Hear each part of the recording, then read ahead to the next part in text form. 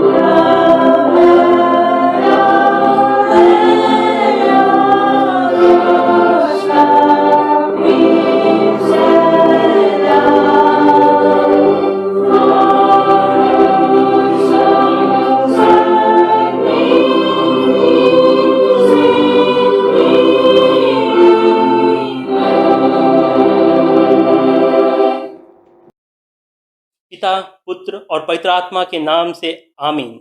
हमारी सहायता ईश्वर के नाम से है, जिसने स्वर्ग और पृथ्वी को सिरजा।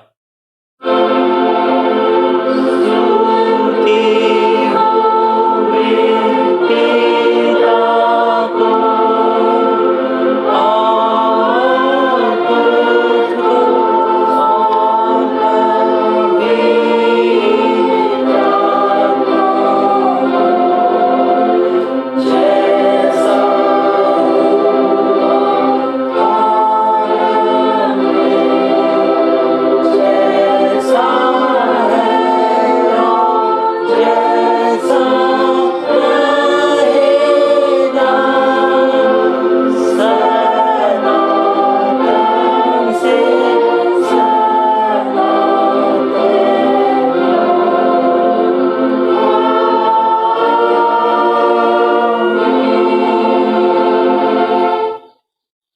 अब हम ईश्वर के सामने अपने पापों को घुटने टेक कर एक साथ मान लेवें। हे सशक्तिमान ईश्वर दयालु पिता, हम दीनताई से अपने सब पाप और अपराधों को तेरे सम्मुख मान लेते हैं। तू अपने प्रिय पुत्र हमारे प्रभु श्री कृष्ण के कारण हम पर दया दृष्टि कर और हमारे सब पापों को क्षमा कर। आमीन।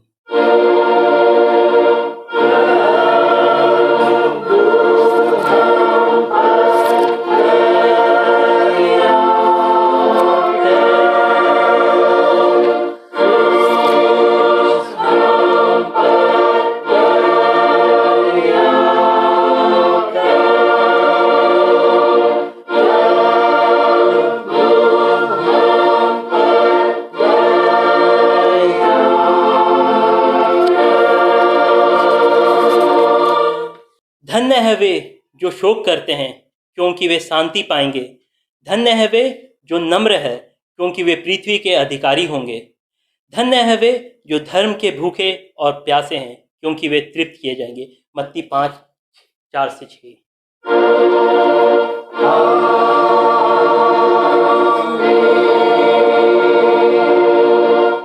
मंडली उठे, सबसे ऊंचे स्थान में ईश्वर का गुणगान होवे।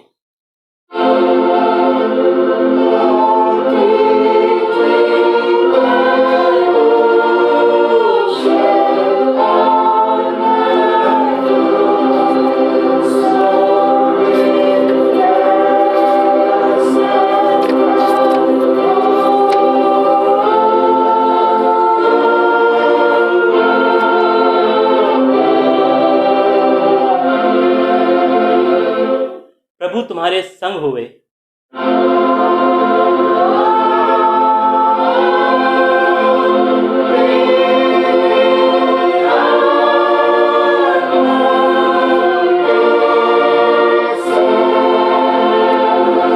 हम प्रार्थना करें।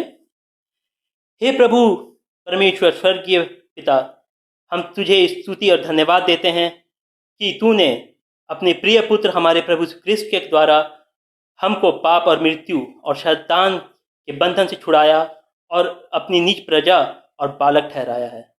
हम तेरी विनती करते हैं कि तू पवित्र आत्मा से हमारी सहायता कर कि हम ऐसी तेरी कृपा को नित्य पहचान कर धन्यवाद के साथ ग्रहण करें और तेरी प्रसन्नता के योग चाल चले। अपने मनों को पवित्र करके पाप हम में प्रभुता करने ना पावे, वरन कि हम भले कार्यों के द्वारा इस संसार में ज्योति करें।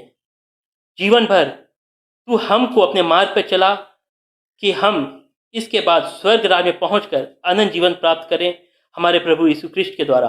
आमीन।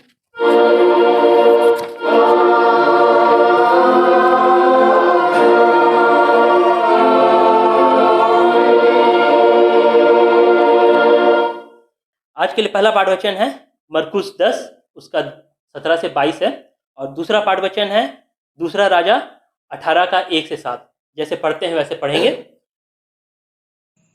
आज का पहला पाठ वचन है मरकुस 10 उसका 17 से 22 पद तक। जब वह वहां से निकलकर मार्ग में जा रहा था तो एक मनुष्य उसके पास दौड़ता हुआ आया और उसके आगे घुटने टेक कर उससे पूछा, हे उत्तम गुरु, अनंत जीवन का अधिकारी होने के लिए मैं क्या करूं? यीशु ने उससे कहा, तू मुझे उत्तम क्यों कहता है? कोई उत्तम नहीं, केवल एक, अर्थात परमेश्वर। तू आज्ञाओं को तो जानता है, हत्या ना करना, व्यभिचार ना करना, चोरी ना करना, झूठी गवाही ना देना, छल ना करना, अपने पिता और अपने माता का आदर करना। उसने उससे कहा, हे गुरु, इस सब को मैं लड़प्पन से मानता आया हूँ। यीशु ने उस पर दृष्टि करके उससे प्रेम किया और उससे कहा, तुझ में एक बात की घटी है, जा, जो कुछ तेरा है उसे बेचकर कंगालों को दे और तुझे स्वर्ग में धन मिलेगा, और आकर मेरे पीछे हो ले। इस बात में उसके चेहरे पर उदासी छा गई और वह शोक करता हुआ चला गया, क्योंकि वह धनी था। यहाँ तक आमीन। आज का दूसरा पाठ वचन दूसरा राजाओं 18 उसका 1 से 7। इसमें ऐसा लिखा है, एलिय्याह के पुत्र इज़राइल के राजा होशे के तीसरे वर्ष में यहूदा के राजा आहाज के पुत्र हिजकिय्याह राजा हुआ। जब वह राज्य करने लगा तब 25 वर्ष का था और 29 वर्ष तक यरूशलेम में राज्य करता रहा। उसकी माता का नाम अबी था, जो जकरिया की बेटी थी। जैसे उसके मूल पुरुष दाऊद ने किया था, जो यहोवा की दृष्टि में ठीक है, वैसा ही उसने भी किया। उसने ऊंचे स्थान गिरा दिए, लाठों को तोड़ दिया, अशेरा को काट डाला। पीतल का जो सांप मूसा ने बनाया था, उसको उसने इस कारण चूर चूर कर दिया कि उन दिनों तक इज़राइल उसके लिए धूप जलाते थे। और उसने उसका नाम नहुशतन रखा। वह इज़राइल के परमेश्वर यहोवा पर भरोसा रखता था। और उसके बाद यहूदा के सब राजाओं में से कोई उसके बराबर ना हुआ, और ना उससे पहले भी ऐसा कोई हुआ था। वह यहोवा से लिपटा रहा और उसके पीछे चलना ना छोड़ा, और जो आज्ञाएं यहोवा ने मूसा को दी थी, उनका वह पालन करता था। इसलिए यहोवा उसके संग रहा, और जहाँ कहीं वह जाता था, वहाँ उसका काम सफल होता था। उसने असुर के राजा से बलवा करके उसकी अधीनता छोड़ दी। यहाँ तक आमीन। तेरा धन्यवाद हुए हे क्रिस्त, हालेलुया।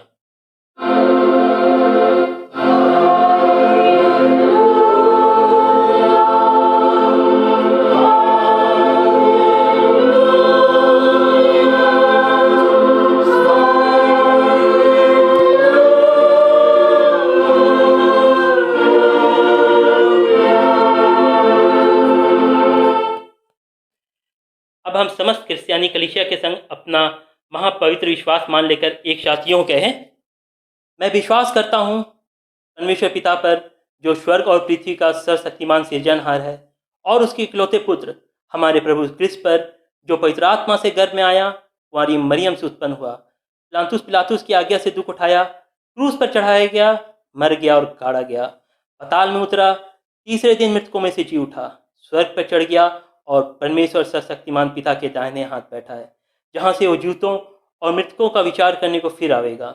मैं विश्वास करता हूँ पवित्र आत्मा पर, एक की पवित्र क्रिस्तियानी कलीसिया, पवित्रों की संगत पर, पापों की क्षमा, देह के जी उठने और अनंत जीवन पर। आमीन।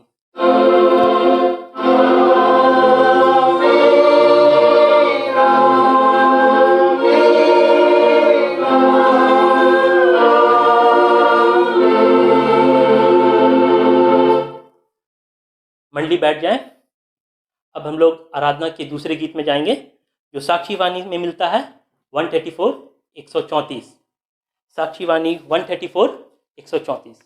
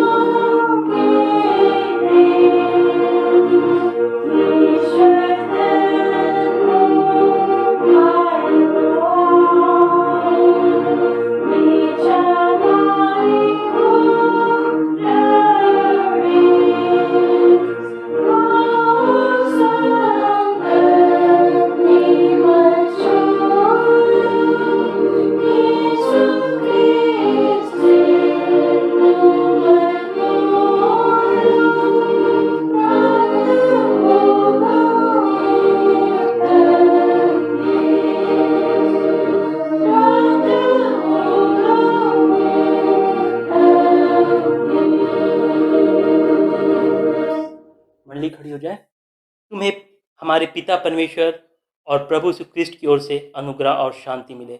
हम वचन में जाने से पहले एक छोटी प्रार्थना करेंगे। हे सर्वशक्तिमान ईश्वर दयालु पिता, हे अब्राहम, इसहाक, याकूब के परमेश्वर, इस संसार के करता, हम आपके पास आते हैं पंचपिता। इस बेला को आपके हाथ में सौंपते हैं पंचपिता। तो हम सभी के संग साथ हो पंचपिता।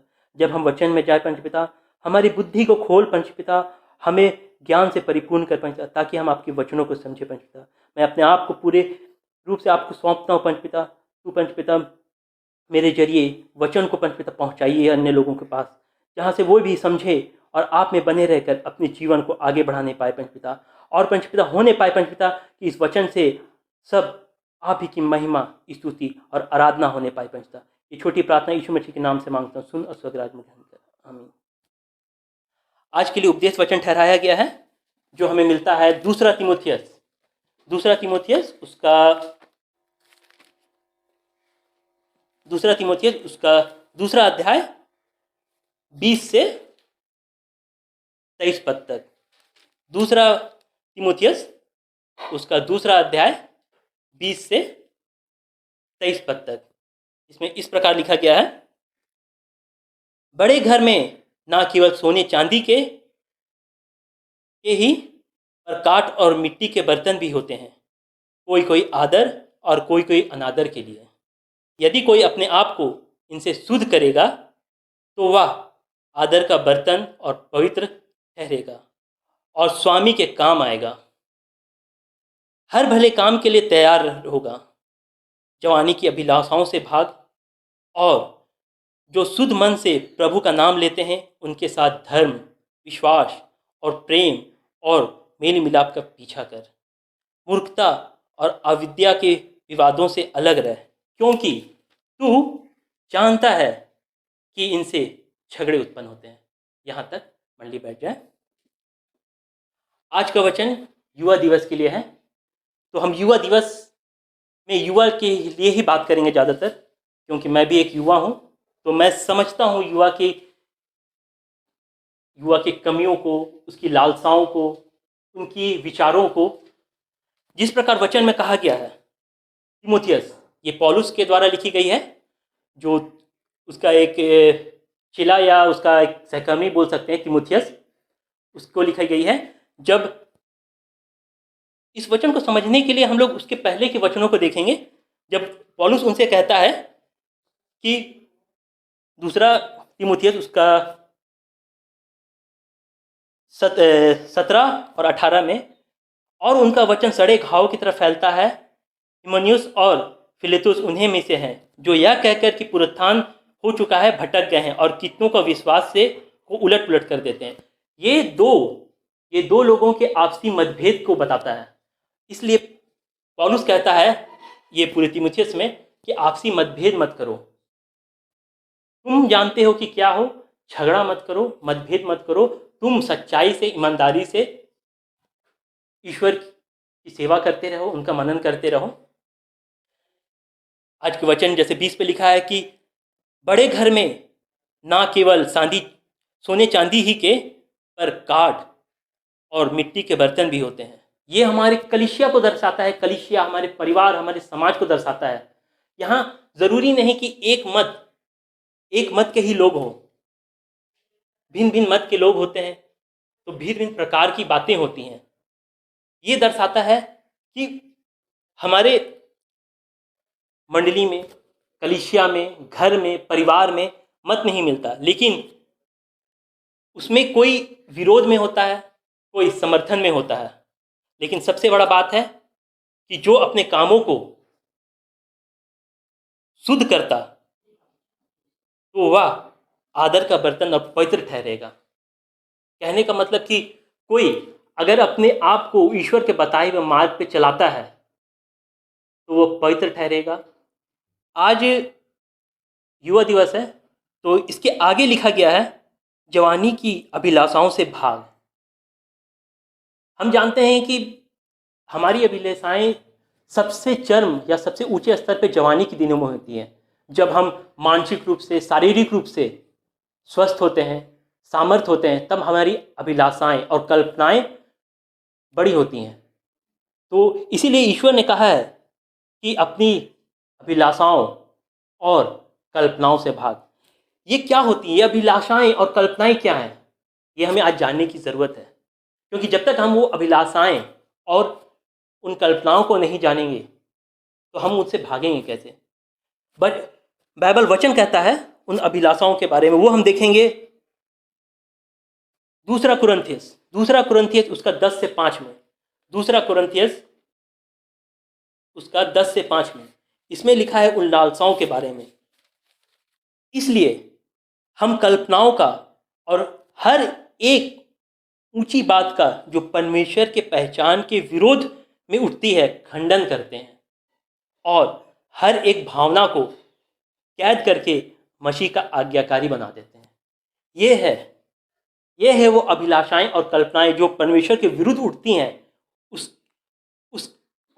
उसे दबाना, उसके विरोध में खड़ा होना, ये ऐसा बनना है हमें। अभिलाषाएं, हमें सांसारिक अभिलाषाएं बहुत बड़ी है। आज के दिन में हम जानते हैं कि अभिलाषाएं बहुत बढ़ गई हैं इंसानों की, खासकर युवाओं की, और वो अभिलाषाएं और कल्पनाएं हमें बुराई की तरफ ले जा रही हैं। आज हम सांसारिक रूप में जितनी तरक्की कर रहे हैं, जितने डेवलपमेंट हो रही है, उसमें कहीं ना कहीं हम बुराई में फंसते जा रहे हैं। आप एक उदाहरण इसका सोशल मीडिया ले लो। आज सोशल मीडिया भी एक बुराई को जन्म दे रहा है। तरह तरह के ऐप हैं जिसमें लोग यूज़ कर रहे हैं। उस ऐप में, उस वीडियो में तरह तरह की बुराइयां हैं। तो उन बुराइयों से बचने की आवश्यकता है हमें, और ये तभी हो सकता है जब हम अपनी अभिलाषाओं और कल्पनाओं को समझें, उसमें स्थिर रह सकें। मैं आज युवाओं को बोलना चाहता हूं कि युवाओं को अगर संभल के चलना है, अपने ईश्वर को खोजते हुए जाना है, तो दो चीज़ में उन्हें संयम बरतना पड़ेगा, दो चीज़ पे ध्यान देना पड़ेगा। वो है पहला एडिक्शन और ओवर एक्साइटमेंट। आज कोई भी चीज़ हम हद से अधिक कर देते हैं, एक लिमिट से अधिक कर देते हैं, तो वो एडिक्शन पे चल जाता है। और वो संसार की कोई भी चीज़, एडिक्शन हमारे लिए कोई भी भलाई उत्पन्न नहीं करता, वो हमारे लिए बुरा ही लेके आती है। तो हमें ध्यान रखना चाहिए कि हम कहीं किसी चीज़ की, चाहे वो अच्छी चीज़ ही क्यों ना हो, एडिक्टेड है तो हमारे लिए बुराई ही उत्पन्न होगी। और ओवर एक्साइटमेंट, कई बार हमारे जीवन में ऐसा होता है कि हम ओवर एक्साइटेड हो जाते हैं और कुछ ऐसा कर देते हैं जिससे दूसरों को तकलीफ होती है, या कुछ ऐसा काम कर देते हैं जो हमें बाद में रियलाइज़ होती है कि हमें नहीं करना चाहिए। इसलिए युवाओं को अपने एक्साइटमेंट में कंट्रोल रखना चाहिए, उसे सोच समझ के करना चाहिए। ये दो चीज़ बेसिक चीज़ें हैं। इसके अलावा भी बहुत सी आज्ञाएं दी गई हैं युवाओं के लिए, लेकिन ये दो चीज़ बेसिक आज्ञाएं, या ये बोल सकते हैं एक नियम है जिसकी वजह से आज के समय में आप चलने की शुरुआत कर सकते हैं। जैसे वचन पे कहता है आगे, दूसरा तीमुथियुस उसका आज का वचन है, जो शुद्ध मन से प्रभु का नाम लेते और उनके साथ धर्म, विश्वास और प्रेम और मेल विलाप का पीछा कर। हाँ, पौलुस कहता है कि धर्म की जवानी की अभिलाषाओं से भाग, और जो शुद्ध मन से प्रभु का नाम लेते हैं उनके साथ धर्म, विश्वास, प्रेम और मेल मिलाप का पीछा कर। लेकिन इससे पहले हमको जानना पड़ेगा कि धर्म है क्या। धर्म है क्या जो जिसके साथ हम चले, जिसके साथ हम पीछा करें, ये जानने की बहुत ज़रूरत है। तो धर्म हमें बाइबल बताती है धर्म के बारे में, वो व्यवस्था विवरण 6 उसका 25 में, कि धर्म होता क्या है, धर्म है क्या जिसके पीछे चलना है हम लोग को। तो व्यवस्था विवरण निकालेंगे, तो व्यवस्था विवरण 6 उसका 25, उसमें इस प्रकार लिखा गया है, और यदि हम अपने परमेश्वर की दृष्टि में उसकी आज्ञा के अनुसार इस सारे नियमों के मानने में चौकसी करें, तो यह हमारे लिए धर्म ठहरेगा। यह है धर्म। कहने का मतलब है कि परमेश्वर की इच्छाओं, आज्ञाओं को मानना, उसमें चलना, ये हमारे लिए धर्म ठहरेगा। लेकिन कहीं पर मैं जब बाइबल नहीं पढ़ता था, उस समय मैं सोचता था कि विश्वास के द्वारा हम धर्मी ठहरे और धार्मिकता आ गई। लेकिन जब मैं बाइबल पढ़ना शुरू किया, बाइबल से समझा, तब मुझे समझ में आया कि धर्मी और धार्मिकता, ये 3 अलग चीज़ें हैं। इसे जोड़ना कैसे है? जब हम विश्वास करते हैं तब हम धर्मी ठहरते हैं, लेकिन जब हम उस धर्मी बन जाते हैं तो धर्मी को बनाए रखने के लिए, उस धार्मिकता को बनाए रखने के लिए, उसमें आगे बढ़ते रहने के लिए हमें परमेश्वर के वचन को, उनकी आज्ञाओं को मानना पड़ता है, जो हमारे लिए धर्म ठहरता है। तब हम धार्मिकता को प्राप्त करते हैं। जैसा कि वचन गलाती 2 उसका 16 में कहा गया है अब्राहम के बारे में। अब्राहम को विश्वास से वो धार्मिकता मिला। कहने का मतलब है कि उसका विश्वास इतना था कि वो धार्मिकता मिल गया उसको। तो कहने का मतलब है कि विश्वास से ही हम लोग को धार्मिकता मिल जाती है? नहीं, ऐसा नहीं होता। आपको धर्मी बन जाते हो विश्वास से। धार्मिकता के लिए आपको उस नियम, उस आज्ञा पे चलना पड़ता है। अब्राहम जब 70 वर्ष की आयु में था तब उससे ईश्वर ने कहा अपने पुरखों से अलग हो जा। वो ना सोचा कि कहाँ जाना है मुझे, परमेश्वर ने क्या रखा है मेरे लिए, क्या नहीं रखा है। वो बिना डाउट के परमेश्वर की आज्ञाओं में चला, वो चले गया।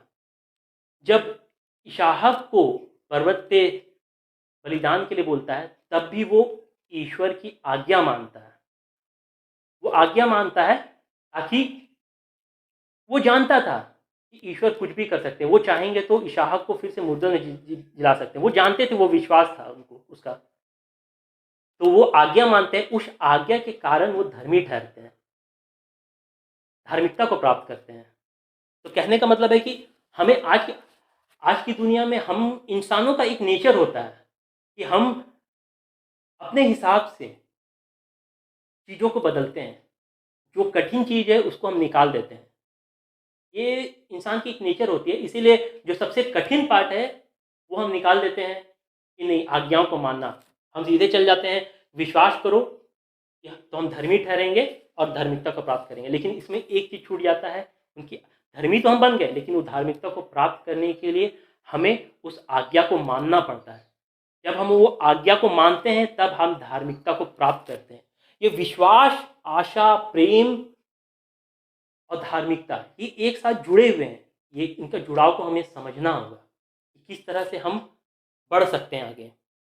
जैसे वचन में आगे लिखा हुआ है, उनके साथ धर्म और विश्वास, प्रेम और मेल मिलाप का पीछा कर। तो धर्म तो हमने समझ लिया, लेकिन विश्वास क्या है? विश्वास है क्या? विश्वास के लिए हम लोग देखेंगे, विश्वास के लिए जो वचन है वो देखेंगे गलाती 5। ये मुझे वचन अच्छा लगता है कि 5 का 5, क्योंकि आत्मा के कारण हम विश्वास से आशा की हुई धार्मिकता की बाट जोते हैं। आप ये देखो कि क्योंकि आत्मा के कारण हम विश्वास पाए, ठीक है, और विश्वास से आशा मिली मुझे, और धार्मिकता की बाट जोते हैं। क्योंकि धार्मिकता, विश्वास और आशा मिले हुए हैं। तो हमें विश्वास तो केवल विश्वास नहीं करना है। अगर मैं एक आज के समय की अगर उदाहरण दूं, अगर कोई परिवार में एक माता पिता और बेटा है, अगर वो बेटा अपने माता पिता का कोई बात नहीं मानता और विश्वास करता है कि उसके पिता उसके लिए भला सोचे, उसके बारे में बुरा ना सोचे, डांटे नहीं, वो विश्वास करता तो ऐसा होगा नहीं। उसे अपने माता पिता का हर बात मानना पड़ेगा, तब वो विश्वास कर सकता है कि उसके माता पिता उसके लिए अच्छा सोचेंगे, करेंगे, ना ही डांटेंगे। ये एक उसके बाद हमें कहता है कि मेल मिलाप, प्रेम। जैसा कि हम लोग जानते हैं कि कहा गया है बाइबल में कि प्रेम सबसे ऊपर है। प्रेम ही ऐसा चीज है जो सब चीज को ढकता है, सब बुराई को ढकता है, इसीलिए प्रेम को सबसे ऊपर रखा गया है। तो आज के समय में हमें, आज के ज़माने में जहाँ हम अपने जीवन में भाग दौड़ में हैं, ऊपरी दिखावा में हैं, हम चर्च में आते हैं, अच्छे से मिलते हैं, एक दूसरे से प्रेम दिखाते हैं, लेकिन पीठ पीछे क्या करते हैं वो हम जानते हैं और हमारा ईश्वर जानता है, दूसरे लोग नहीं जानते। तो आज हमें अपने आप से ये पूछने की ज़रूरत है कि हम उस प्रेम में कब तक बने हुए हैं। जब तक चर्च के अंदर हैं, परमेश्वर से जुड़े हुए हैं, तब तक ही प्रेम में हैं, या फिर जैसे चर्च से निकले, चर्च से घर गए, तब हमारा प्रेम कहाँ चले गया। तो इस प्रेम को बनाए रखने की ज़रूरत है ताकि हम उस विश्वास में, उस आशा में और उस धार्मिकता में बढ़ते जाएं। इसके लिए और एक ज़रूरी चीज़ होता है, वो है मेल मिलाप, जिसको कहा गया है संगति, जो वचन में भी कहता है कि मेल प्रेम और मेल मिलाप का पीछा करें। मेल मिलाप संगति इसलिए हमारे लिए ज़रूरी है क्योंकि हम जिस संगति में रहते हैं वही हम सीखते हैं। अगर हम धार्मिक संगति में रहेंगे तो हम धर्म की बातें ही सीखेंगे, हमारा व्यवहार वैसा होगा, हमारा जो कैरेक्टर है वैसा होगा, हमारा जीवन फल लाएगा आत्मिक रूप से। अगर हम सांसारिक वाली संगति करते हैं तो फल लाएगा, ऐसा बात नहीं है फल नहीं लाएगा, फल लाएगा, लेकिन वो सांसारिक फल होगी जो बुराई की होगी। तो कहने का मतलब है कि यहाँ पे कि हम क्या संगति करते हैं, आज हमें ये सोचने की ज़रूरत है। ये किसी के बोलने से नहीं होने वाला, ये आपको सोचना है कि आप क्या संगति चाहते हैं, क्योंकि संगति ही हमारी सबसे पहली बीज होता है। बीज फूटता है जब हमें वचन मिलता है, हम वचन को पढ़ते हैं और लेकिन संगति नहीं मिलती है तो वो वचन फूट नहीं पाता, निकल नहीं पाता, अंकुरित नहीं हो पाता, बढ़ नहीं पाते हम। तो संगति, मेल मिलाप ये बहुत ज़रूरी है आज के दिनों में, जब युवाएं अपने जीवन में व्यस्त हैं, इधर उधर भागने में, अपने जीवन बनाने में, तो कहीं ना कहीं एक डिप्रेशन, निराशा उन पे हावी होते जा रही है कि जॉब नहीं लग रहा है, बहुत तरह की समस्याएं हैं। लेकिन हमें भी उसमें भी प्रेम में बने रहना है, आशा में बने रहना है, विश्वास में बने रहना है, जिससे हम उस धार्मिकता को प्राप्त कर आगे बढ़ने पाए। ये धार्मिकता और धर्म, विश्वास और मेल मिलाप प्रेम से होगा क्या, आशा से हमें होगा क्या, और हम आशा करेंगे भी तो क्या आशा करें। हम भूल जाते हैं कि हम क्या आशा करना है हमें और क्या आशा हम कर रहे हैं। कभी कभी होता है क्या है कि वचन में जो चीज़ दी गई है उसका हम सही मोल नहीं ले पाते हैं, क्योंकि हम सांसारिक रूप से डूबे रहते हैं। आज हमें आशा रहती है अच्छे जॉब की, अच्छे रिस्पेक्ट की, लेकिन हाँ, मैं ये नहीं बोलता कि इस जीवन पे नहीं करना चाहिए, करिए, लेकिन हाँ उससे भी कहीं बड़ी आशा इस जीवन के बाद रखिए जो अनंत जीवन का है। जैसा कि वचन, एक मैं वचन देखता हूँ, पहला कुरंथी उसका 15:19 में, इसमें इस प्रकार लिखा हुआ है कि आशा किस प्रकार होनी चाहिए हमारी। देखिए क्या लिखा हुआ है, यदि हम केवल इसी जीवन में मसीह से आशा रखते हैं तो हम सब मनुष्यों से अधिक अभागे हैं। इसमें ये नहीं लिखा हुआ है कि आप इस जीवन में आशा मत रखिए, उस जीवन में आशा रखिए। लिखा गया है कि इस जीवन में ही आशा रखते हैं, केवल इस जीवन के लिए आशा रखते हैं, और आने वाले जीवन जो अनंत जीवन है उसके लिए अगर आशा नहीं रखते, उसमें विश्वास नहीं करते, तो हम दुनिया के सबसे अभागे इंसान हैं। कहने का मतलब है सबसे अनलकी इंसान है, क्योंकि ये जीवन एक स्थायी रूप से नहीं है, अस्थायी है। इसका कभी ना कभी अंत होगा। हम दुनिया का अंत नहीं, हमारा अंत होगा। मैं अभी यहाँ पे आधी जीवन जीत लिया हूँ, आधे जीवन जीऊँगा, फिर ना ही मेरे शरीर पे ये कपड़ा रहेगा, ना ही मेरे पास कुछ रहने वाला है। ये सब अस्थायी है। तो जो चीज़ अस्थायी है हम उसके लिए आशा रखें, ये ज़्यादा ज़रूरी है। हमारा जीवन आज है क्या? हमारा जीवन एक वस्त्र है, एक कपड़ा है, जो हम अपनी मृत्यु के समय उतार देते हैं और आगे बढ़ जाते हैं अनंत जीवन के लिए। तो कहने का मतलब है कि जब हम या इस संसार में हैं, इस संसार में अपने शरीर को, उस वस्त्र को क्या क्या नहीं लेते, उस शरीर का ख्याल कितना रखते हैं, न्यूट्रिशन, जिम जाते हैं, बाल कटाते हैं, हर तरीक़ा से सही रहने का कोशिश करते हैं, लेकिन वो एक लिमिटेड है, वो आपका अस्थायी रूप से है, वो हमेशा रहने वाला नहीं है, कभी ना कभी मिटने वाला है।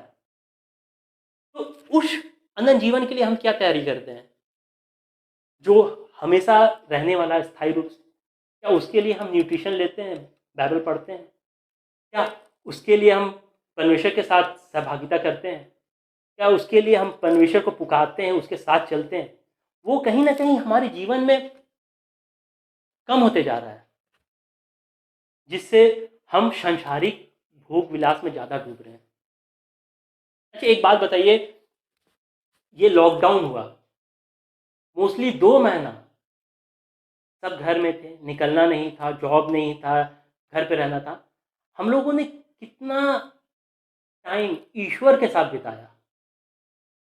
बाकी समय तो हम कहते हैं कि नहीं, मेरे नौकरी में जाना है, कॉलेज जाना है, यहाँ है वहाँ है, लेकिन ये समय तो हम एक अवसर के रूप में ले सकते थे ईश्वर के निकट बढ़ने के लिए, ईश्वर के सम्मुख आने के लिए। लेकिन कहीं ना कहीं ये समय भी हमसे चूक हो जाती है, क्योंकि हम उसे अपनाना नहीं चाहते हैं, उसके बारे में जानना नहीं चाहते हैं, उसके बारे में सीखना नहीं चाहते हैं। आज हमारे जीवन में हम युवाओं से कहना चाहता हूँ कि युवा अवस्था एक ऐसा अवस्था होता है जब हम अपने जीवन में सबसे सामर्थी होते हैं, शारीरिक रूप से, मानसिक रूप से, हर रूप से। तो वो जीवन हम ईश्वर को क्यों नहीं देना चाहते? हम क्यों वेट करते हैं कि नहीं, हम जब 60 साल हो जाएगा उसके बाद हम ईश्वर बाइबल पढ़ेंगे, ईश्वर पे ध्यान देंगे, तब हम रेगुलर चर्च जाएंगे, रेगुलर चर्च के कामों में देंगे, तब हम ये करेंगे। इसलिए मैं आपको एक बताता हूँ कि कैन और हाबिल, आप जानते हैं कैन हाबिल, आपने पढ़ा है उत्पत्ति की में कि कैन और हाबिल ने जब अपना पहला बलिदान दिया तो हाबिल ने, एक चरवाहा था, उसने अपने झुंड का सबसे प्यारा मेमना चढ़ाया जो ईश्वर ने स्वीकार किया। और कैन एक खेतीहर था, उसने ईश्वर से कपट किया, उसने भूसा वाला दाना, जिसमें दाना नहीं होता है, वो चढ़ाया और ईश्वर ने उसे अस्वीकार किया। आज हमारा भी जीवन एक चढ़ावा है, हमें डिसाइड करना है, हमें तय करना है कि हम उस जीवन के किस भाग को ईश्वर को समर्पित करते हैं। उस भाग को जो सबसे अच्छा होता है तब हम ईश्वर के सामने आते हैं, या उस भाग में जब हम निर्बल होते हैं, सोचने की शक्ति नहीं रहती है, भूलने की बीमारी हो जाती है, थक जाते हैं, शारीरिक रूप से कमजोर हो जाते हैं, जब हम ईश्वर के लिए उतना कुछ कर नहीं सकते, ना ही हम कहीं जा सकते हैं ये के लिए, वो जीवन देना चाहते हैं या वो जीवन जो सामर्थ्य है, ये हमें आज सोचने की ज़रूरत है। मैं युवाओं से यही कहता हूँ कि आप संसार में बढ़ो, क्योंकि ईश्वर ने हमें इसलिए भेजा है कि हम सांसारिक रूप से भी आशीष पाएं, लेकिन उस आशीष की दौड़ में कहीं आत्मिक जीवन का आशीष हम खो ना दें। क्योंकि हम अक्सर 24 घंटे में व्यस्त रहते हैं अपने सांसारिक कामों में, जॉब, घूमना फिरना दोस्तों के साथ, उसके बाद एक सोशल मीडिया ऐप, उस पर व्यस्त रहते हैं, एडिक्टेड रहते हैं। तो हमें सोचना है कि हम 24 घंटा में केवल 2 घंटा या 1 घंटा ही ईश्वर को दे सकते हैं। हम ईश्वर से, हमारी एक्सपेक्टेशन बहुत है कि नहीं जॉब लगा दे, हमको ये कर दे, वो कर दे। ईश्वर को हम नहीं बोलते कि नहीं, हम एक दिन में 24 घंटा में आधा घंटा या 10 मिनट के लिए प्रार्थना किए, उसी हिसाब से मुझे आशीष दीजिए। वो हम कभी नहीं बोलते। हम बोलते हैं कि मेरे दिन की जितनी आशीषें दी रखी गई उन सारी आशीषें दें, लेकिन हाँ, हम अपने तरफ से 100% नहीं देना चाहते हैं। 100% हम क्या, सुबह उठकर प्रार्थना कर लिए, शाम में एक प्रार्थना कर लिए, हो गया, इतना ही कर सकते हैं। लेकिन हाँ, ईश्वर से हम चाहते हैं ज़्यादा, वो अनलिमिटेड चाहते हैं, उसकी कोई सीमा ही नहीं है। तो ये मैं कहना चाहता हूँ युवाओं से कि ये एक तरफा है। आपको अगर कुछ पाना है, ईश्वर में बढ़ना है, तो ईश्वर के साथ संगति करना है, तब आप ईश्वर में बढ़ोगे और आशीषित होगे, अनुग्रह होगे। वो इस जीवन में नहीं, आने वाले जीवन में, इस जीवन के बाद जो अनंत जीवन है उसमें काम आएगा। क्योंकि बाइबल में लिखा गया है कि जो तुम बटोरते हो वहां खोला जाएगा। आज हमें लगता है कि आज हम सीखते हैं। आज संसार की ऐसी चीजें हो गई हैं, आज इतनी बुरे दिन आ गए हैं संसार में कि आज लोग संसार के पीछे ही भागते हैं। रिस्पेक्ट, जॉब, कोई पूछने वाला, धन दौलत। मत्ती में आपने पढ़ा होगा कि एक युवा जो यीशु से पूछता है कि हे उत्तम प्रधान, आप बताइए कि मैं क्या करूं। वो कहता है कि वह विचार ना कर, चोरी मत कर, पड़ोसी से प्रेम कर। ये तो वो कहता है कि मैं लड़कपन से करता आ रहा हूं, वो चीज़ तो मैं लड़कपन से करता करता जवानी में आ गया हूं, फिर भी मैं नहीं पहुंच पाया। तो ईश्वर उससे मुस्कुराकर हंसते हुए कहते हैं कि अपनी सारी धन दौलत कंगालों में बांट दे और मेरे पीछे हो ले। तो वो वापस लौट जाता है। कहने का मतलब है कि सारी धन दौलत बांटने नहीं बोला गया था, ईश्वर उसको समझाया था कि तुम्हारा मोह कितना है, तुम्हारा मोह माया कितना है धन दौलत से, तुम उसे छोड़ नहीं सकते। ऐसा नहीं कि जो इंसान धन दौलत छोड़ दिया वही ईश्वर के साथ है, वैसा नहीं है। ये कहने का मतलब है कि तुम्हारा मोह कितना है। आज हम वही धन दौलत के पीछे भागते हैं, रिस्पेक्ट करते हैं। तो होनी चाहिए हमें कि हम आत्मिक जीवन पे ज़्यादा ध्यान दें, ताकि हमारा आत्मिक जीवन सिक्योर हो, सुरक्षित हो। कल को ऐसा ना हो कि हम समय हाथ से निकल जाए, उसके बाद पीछे पलट के देखें, उसके बाद लगे कि नहीं, समय रहते कम से कम करना चाहिए था मुझे। मैं जैसे सोचता हूँ, मैं बता सकता हूँ कि मैं सोचता हूँ कि मेरी आधी लाइफ निकल गई है, आधी लाइफ और निकल जाना है, उसके बाद चल जाना है यहाँ से कुछ नहीं। पहले मैं भी बहुत निराशा में था, ऐसा ये नहीं है, मेरे बहुत निराशा में था, बहुत डिप्रेशन में चले गया था। लेकिन हाँ, बाइबल पढ़ना उसी समय मैंने शुरुआत किया। लेकिन हाँ, कोई कहता है कि बाइबल की एक वचन ही आपकी ज़िंदगी बदल देते हैं, तो बहुत कम लोगों के साथ ऐसा होता है, क्योंकि आपको रेगुलर बाइबल पढ़ना होता है। अगर आपको कुछ जानना है, उसकी संगति महसूस करनी है, तो एक दिन में कुछ नहीं होता, वो ईश्वर की सामर्थ से ही हो पाएगा।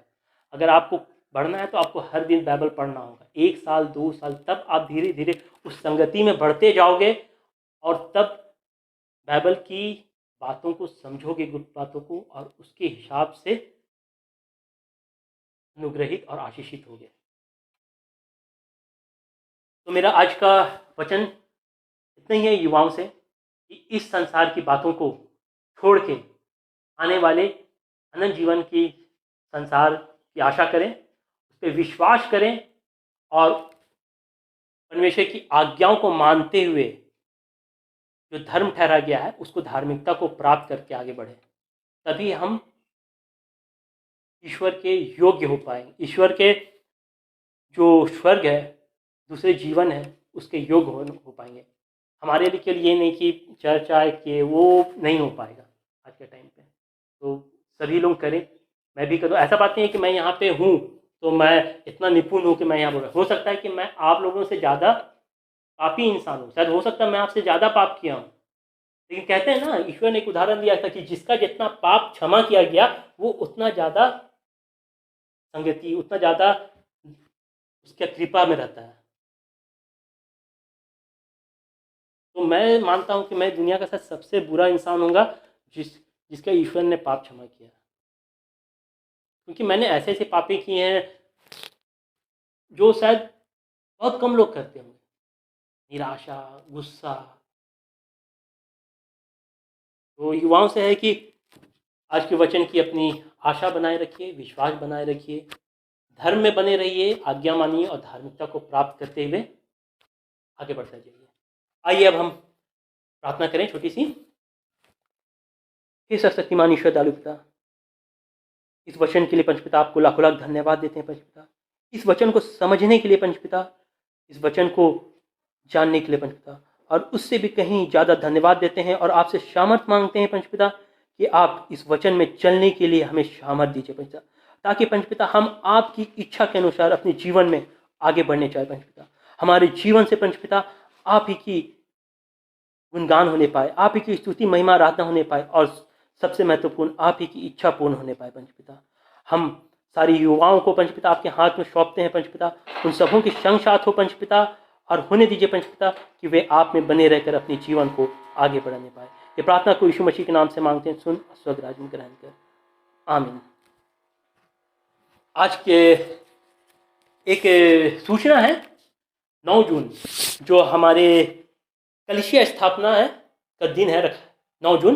उसमें कलीसिया स्थापना दिवस की आराधना रखी गई है जो 9 जून को 6:30 बजे से होगी ऑनलाइन। आप इसमें हमारे साथ जुड़ सकते हैं और ईश्वर के वचन को सुनकर आशीषित हो सकते हैं। धन्यवाद। तीसरा और अंतिम गीत हम लोग गाएंगे। वो गाएंगे कुड़ुक डंडी से, डंडी नंबर 186, कुड़ुक डंडी 186।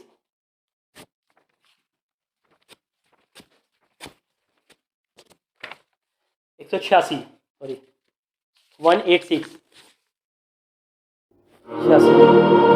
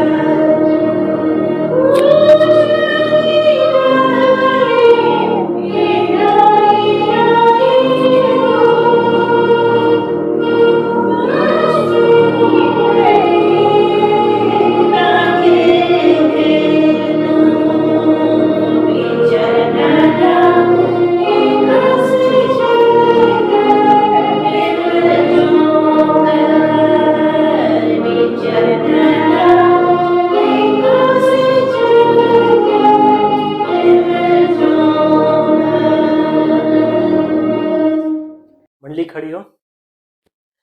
हम प्रार्थना करें। हे प्रभु परमेश्वर स्वर्गवासी पिता, हम विनती करते हैं कि अपनी क्रिस्तियानी कलीसिया और उसके सारे सेवकों की अगुवाई कर कि वे तेरे वचन के निर्मल उपदेश में ठहरें, जिससे सच, विश्वास और प्रेम हम में बढ़े और दृढ़ता जावे। हे प्रभु, भारत रिपब्लिक के हमारे राष्ट्रपति, प्रधानमंत्री, इस प्रांत के राज्यपाल, मुख्यमंत्री, राष्ट्रीय और राजकीय सभाओं और मंत्रिमंडलों, सब न्यायिकों और हाकिमों और सब राज कर्मचारियों को आशीष दे और उनकी अगुवाई कर कि वे न्याय और धर्म से देश की सेवा करें। हम कुशल चैन से सारी भक्ति और गंभीरता से काल बितावें। हमारी कलीसिया के बिशप, कलीसिया के पदाधिकारी, सभी कार्यालयों एवं कलीसियाओं की सभाओं को आशीष दे कि वे इस मंडली को तेरी पवित्र इच्छा के अनुसार चलावे। जगत की लूथनर कलीसिया और विदेश के हमारे मित्रों को आशीष दे कि हम क्रिस्तियानी प्रेम और सहयोग में आगे बढ़े और जगत में तेरी साक्षी के लिए अधिक सामर्थ पावे। हमारी कलीसिया के सब कामों में आशीष दे। लड़की लड़कियों की शिक्षा पर आशीष दे कि वे तेरे डर और प्रेम में बढ़ते जावें।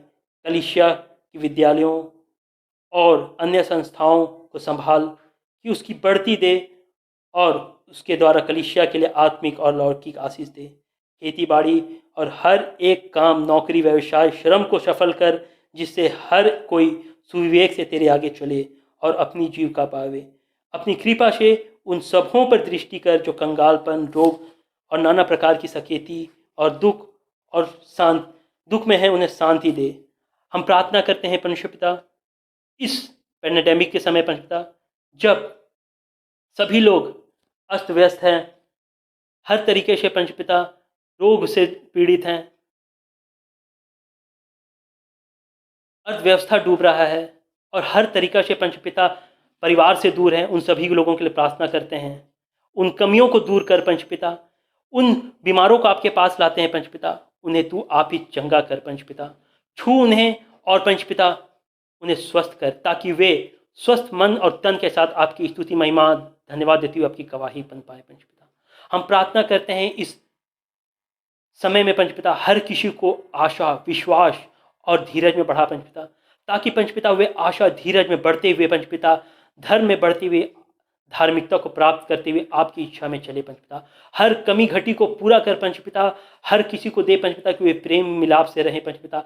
खासकर आज के दिन परमेश्वर पिता, हम जवानों को आपके हाथ में सौंपते हैं परमेश्वर पिता। हाँ परमेश्वर पिता, उन्हें परमेश्वर पिता मौका दे परमेश्वर पिता कि वे आपकी ओर फिरें परमेश्वर पिता।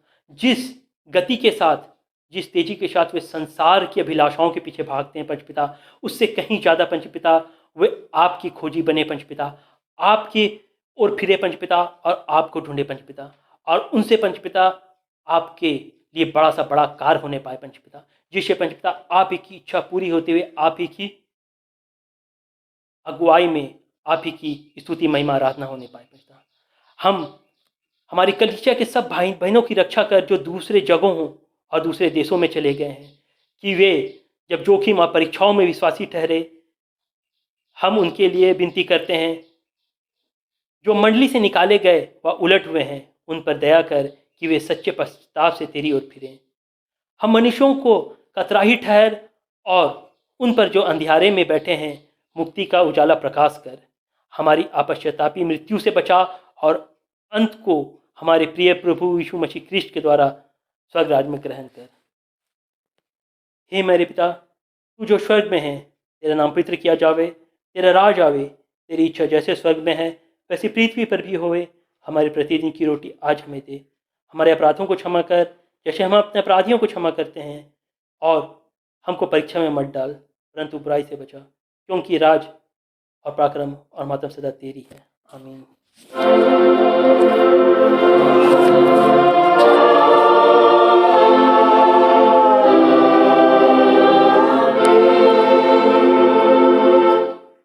अब विश्वासी और दीन मन से त्रिएक ईश्वर का आशीर्वाद ग्रहण करें। परमेश्वर हम सबों को आशीष देवे और हमारी रक्षा करे। परमेश्वर अपना मुंह हम सबों पर प्रकाश करे और हम पर अनुग्रह करे। परमेश्वर हम सबों पर प्रकाश करे और हमें कुशल देवे। आमीन।